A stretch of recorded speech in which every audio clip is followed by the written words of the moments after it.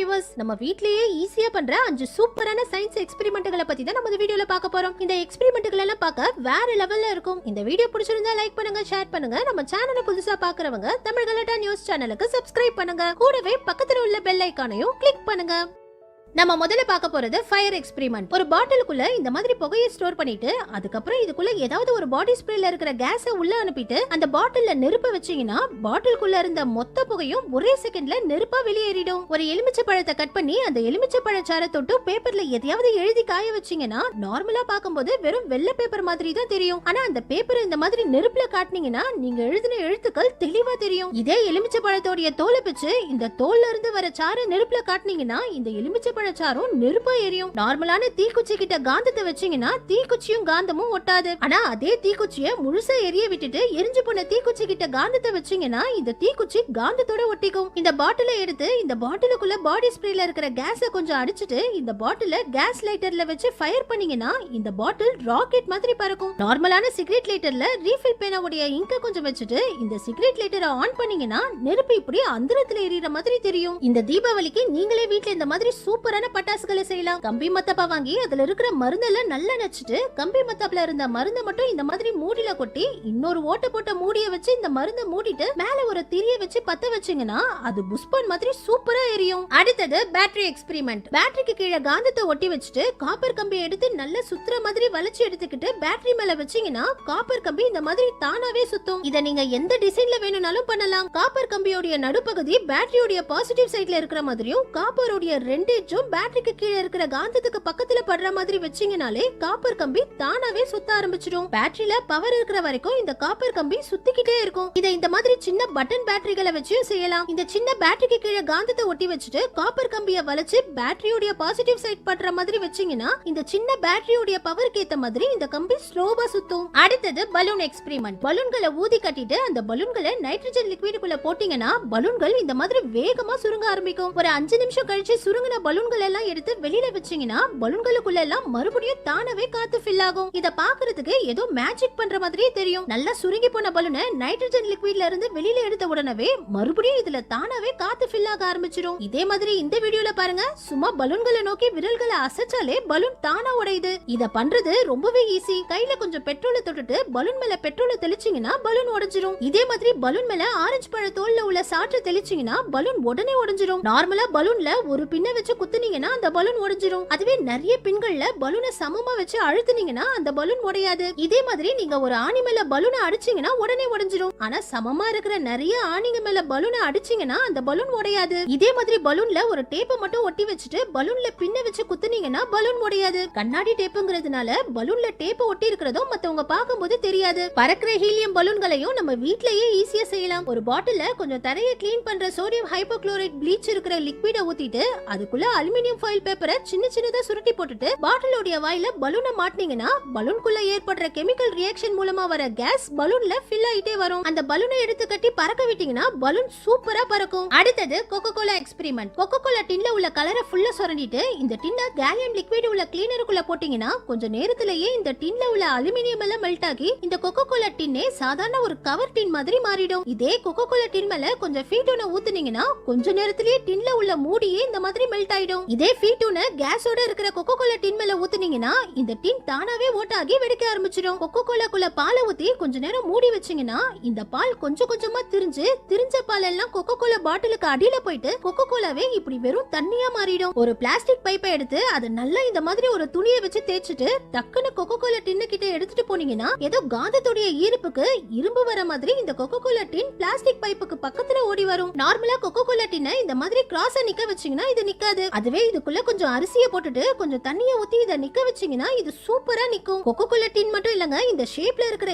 எந்த டின்னா இருந்தாலும் இதுக்குள்ள கொஞ்சம் அரிசியையும் தண்ணியையும் ஊத்திட்டு நிக்க வச்சீங்கன்னா அந்த டின் சூப்பரா நிக்கும். இதே கோகோ கோலா பாட்டிலுக்குள்ள கொஞ்சம் எல்பிஜி கேஸை ஃபில் பண்ணிட்டு கோகோ கோலா பாட்டில திருப்பினீங்கன்னா பாட்டில் ராக்கெட் மாதிரி பறக்கும். நம்ம கடைசியா பார்க்க போறது கூல் எக்ஸ்பெரிமெண்ட். நார்மலா ஒரு பிளாஸ்டிக் பாட்டிலை எடுத்து டைட்டா மூடிட்டு அதுக்கப்புறம் அந்த பாதி பாட்டில இந்த மாதிரி நல்லா நசுக்கிட்டு இந்த பாட்டிலோட மூடியை திறந்தீங்கன்னா மூடி பாட்டில இருக்கிற பிரஷரோட ஃபோர்ஸுக்கு புல்லட் மாதிரி பறக்கும். நார்மலான ஒரு வெள்ளை பேப்பரை சுருட்டி அதை இந்த மாதிரி ஃபோக் ஸ்பூன்ல குத்தி வச்சுட்டு ஒரு பக்கம் நெருப்பு வச்சீங்கன்னா புகை இன்னொரு பக்கம் தண்ணி மாதிரி பார்க்கவே அழகா கொட்டும். ஒரு வாட்டர் பாட்டில்ல ஓட்டைய போட்டு இந்த மாதிரி பைப்பை மாட்டி வச்சுட்டு தண்ணிக்குள்ள ட்ரை ஐஸ் எடுத்து போட்டீங்கன்னா பைப் வழியா இப்படி புகையா வரும். இந்த புகைய சோப்பு தண்ணிக்குள்ள வச்சீங்கன்னா புகையே இப்படி பலூன் மாதிரி பார்க்கவே அழகா வரும். ட்ரை ஐஸோட பவர் இருக்கிற வரைக்கும் இந்த மாதிரி புகை பபுள் பபுளா வந்துகிட்டே இருக்கும். ஒரு காந்தத்தை எடுத்து பிளாஸ்டிக் கப்பை வச்சு மூடிட்டு இது மேல ஆணிகளை வைக்கும்போது ஆணிகள் காந்தத்துடைய பவர்ல இப்படி ஆடிக்கிட்டே இருக்கும். ஆணின்னு இல்ல, நீங்க இது மேல எந்த இரும்பு பொருளை வச்சாலும் அது இந்த மாதிரி ஆடிக்கிட்டே இருக்கும். ஒரு பாட்டில கட் பண்ணி அந்த பாட்டிலோட ஒரு சைட பலூனை வச்சு மூடிட்டு பலூனுக்குள்ள புகையை ஃபில் பண்ணி பலூனை தட்டினீங்கன்னா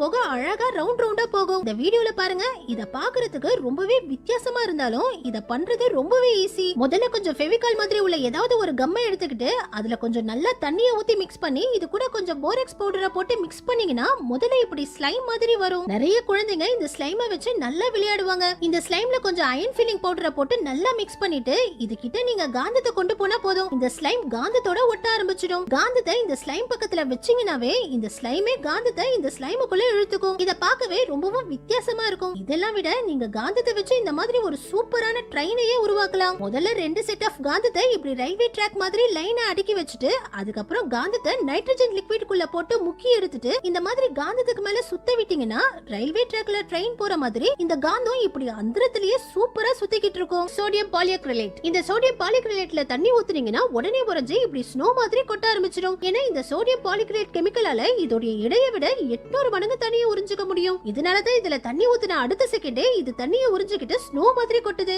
இதே சோடியம் பாலியக்ரிலேட்டை தான் குழந்தைகளுடைய டயப்பர்லயும் பயன்படுத்துறாங்க. குழந்தைகளுடைய டயப்பரை கட் பண்ணி பாத்தீங்கன்னா கூட டயப்பருக்குள்ள இந்த சோடியம் பாலியக்ரிலேட் கெமிக்கல் தான் இருக்கும். அடுத்தது நைட்ரஜன் ட்ரையோடைடு. இந்த நைட்ரஜன் ட்ரையோடைட நம்மளால தொடவே முடியாது. ஏன்னா இந்த கெமிக்கலை தொட்டாலே வெடிச்சிடும். 1812லயே அமோனியாவையும் அயோடைடையும் மிக்ஸ் பண்ணி இந்த நைட்ரஜன் ட்ரையோடைடு கெமிக்கலை கண்டுபிடிச்சாங்க. இந்த கெமிக்கலை தொட்டாலே இந்த மாதிரி வெடிக்க ஆரம்பிச்சிடும். இந்த வீடியோல பாருங்க, பலூன் பட்டா கூட இந்த கெமிக்கல் வெடிக்குது. இந்த கெமிக்கலை ஹீட் பண்ணா இப்படி வயலட் கலர் புகையா இந்த கெமிக்கல் எவாபரேட் ஆகி மறைஞ்சிடும். இந்த கெமிக்கலை எந்த அளவுக்கு அதிகமா பயன்படுத்துறோமோ அந்த அளவுக்கு இது அதிக புகையோட பவர்ஃபுல்லா வெடிக்கும். அடுத்தது மேஜிக்கல் கெமிக்கல். இந்த கெமிக்கல் மேஜிக் பண்ற மாதிரி டக்கு டக்குன்னு இப்படி கலர் மாறிக்கிட்டே இருக்கும். இந்த ரியாக்ஷன் நடக்கிறதுக்கு 3 கெமிக்கல்களை பயன்படுத்துறாங்க. பொட்டாசியம் அயோடைட், சோடியம் மெட்டோபிசல்ஃபேட், சில்வர் நைட்ரேட்ங்கற இந்த 3 கெமிக்கல்களையும் மிக்ஸ் பண்ணி இப்படி சுத்த வைக்கும்போது இந்த கெமிக்கல் இப்படி டக்கு டக்குன்னு கலர் மாறிக்கிட்டே இருக்கும். இதை எடிட் பண்ண வீடியோ எல்லாம் கிடையாது. உண்மையிலேயே இந்த 3 கெமிக்கல்களையும் மிக்ஸ் பண்ணி இப்படி சுத்த விட்டீங்கன்னா இந்த கெமிக்கல் இப்படி ஒயிட், ஆரஞ்சு, டார்க் ப்ளூன்னு 3 கலருக்கு மாறிக்கிட்டே இருக்கும். இதனாலதான் இத மேஜிக்கல் கெமிக்கல்னு சொல்றாங்க. இது இப்படி கலர் மாறத நம்ம கூர்ந்து பார்த்துக்கிட்டே இருந்தா நம்ம கண்களையே குழப்புற அளவுக்கு இந்த கெமிக்கல் கலர் மாறிக்கிட்டே இருக்குமா. அடுத்தது லைட்னிங் கெமிக்கல். இந்த கெமிக்கலை கண்டிப்பா யாரும் வீட்ல வச்சு பயன்படுத்த கூடாது. இந்த கெமிக்கலை பத்தி நல்லா தெரிஞ்ச ப்ரொஃபஷனல்ஸ் மட்டும் தான் இந்த கெமிக்கலை பயன்படுத்தணும். அந்த அளவுக்கு இது ஆபத்தான கெமிக்கல். இந்த ரியாக்ஷனை வர வைக்கிறதுக்கு நைட்ரஸ் ஆக்சைடு அண்ட் கார்பன் டை சல்பைடை மிக்ஸ் பண்றாங்க. இந்த ரெண்டையும் மிக்ஸ் பண்ணி இதுல நெருப்பு பத்த வச்சீங்கன்னா பயங்கர சத்தத்தோட இந்த கெமிக்கல் ஒரு பவர்ஃபுல்லான வெளிச்சத்தோட எவாபரேட் ஆகி போகும்.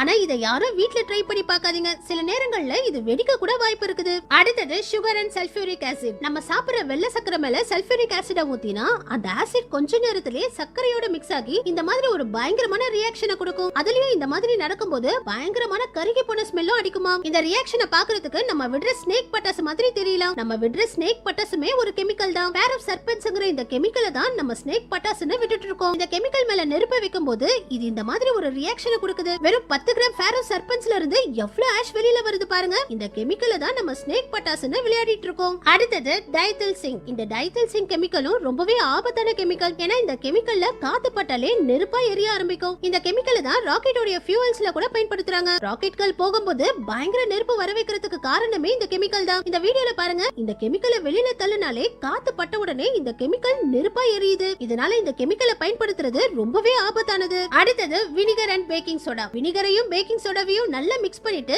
மிக்ஸ் பண்ண லிக்விட சோடியம் அசிட்டேட் கெமிக்கல்ல ஊத்தினா இத பாக்குறதுக்கு இது ஐஸ் கட்டியா உறையற மாதிரி தெரியும். இந்த கெமிக்கலை வச்சு தான் நிறைய பேர் தண்ணியை கொட்டும் போது இப்படி ஐஸா உறையற மாதிரி காட்டுவாங்க. இதே கெமிக்கலை ஃப்ரிட்ஜ்ல வச்சு எடுத்துட்டு லைட்டா ஷேக் பண்ணீங்கன்னா கூட பாட்டில் மொத்தமா ஃப்ரீஸ் ஆகுற மாதிரி தெரியும். இதுக்குள்ள நம்ம கையை விட்டா கூட உடனடியா நம்ம கை ஃப்ரீஸ் ஆகுற மாதிரி தெரியும். அடுத்தது டான்சிங் கம்மி பியர். இந்த எக்ஸ்பெரிமெண்ட்ட பார்க்கவே ரொம்பவே வித்தியாசமா இருக்கும். இந்த கெமிக்கலுக்குள்ள குழந்தைங்க சாப்பிடுற கம்மி பியர் சாக்லேட்டை போட்ட உடனே இது இப்படி பயங்கரமா எரிய ஆரம்பிக்குது. ஆரம்பிக்குது. இதுக்கு காரணம் என்னன்னா இந்த சாக்லேட்ல இருக்கிற அளவுக்கு அதிகமான சுகர் தான். பொட்டாசியம் குளோரைட் கெமிக்கலை நல்லா ஹீட் பண்ணிட்டு இதுக்குள்ள சர்க்கரையை தூக்கி போட்டா இது இப்படி பயங்கரமா நெருப்பு மாதிரி எரியும். சுகருக்கு பதிலா இவங்க கம்மி பியர் சாக்லேட்டை போட்டு காட்டுறாங்க. இந்த வீடியோல பாருங்க, இந்த பெரிய கம்மி பியர் சாக்லேட்டுக்குள்ள பொட்டாசியம் குளோரைட்டை போட்டுட்டு நெருப்ப வச்ச உடனே இந்த கெமிக்கல் பட்டாசு மாதிரி வெடிச்சு செதறுது. ஓகே வியூவர்ஸ், உங்க யாருக்கெல்லாம் இந்த சயின்ஸ் எக்ஸ்பெரிமெண்ட்ஸ் பண்ணி விளையாடுறது ரொம்ப பிடிக்குமோ அடுத்து எதை பத்தி வீடியோ பண்ணலாமோ கமெண்ட்ஸ்ல சொல்லுங்க. இந்த வீடியோ பிடிச்சிருந்தா லைக் பண்ணுங்க, ஷேர் பண்ணுங்க. நம்ம சேனலை புதுசா பாக்குறவங்க தமிழ் கலாட்டா நியூஸ் சேனலுக்கு சப்ஸ்கிரைப் பண்ணுங்க.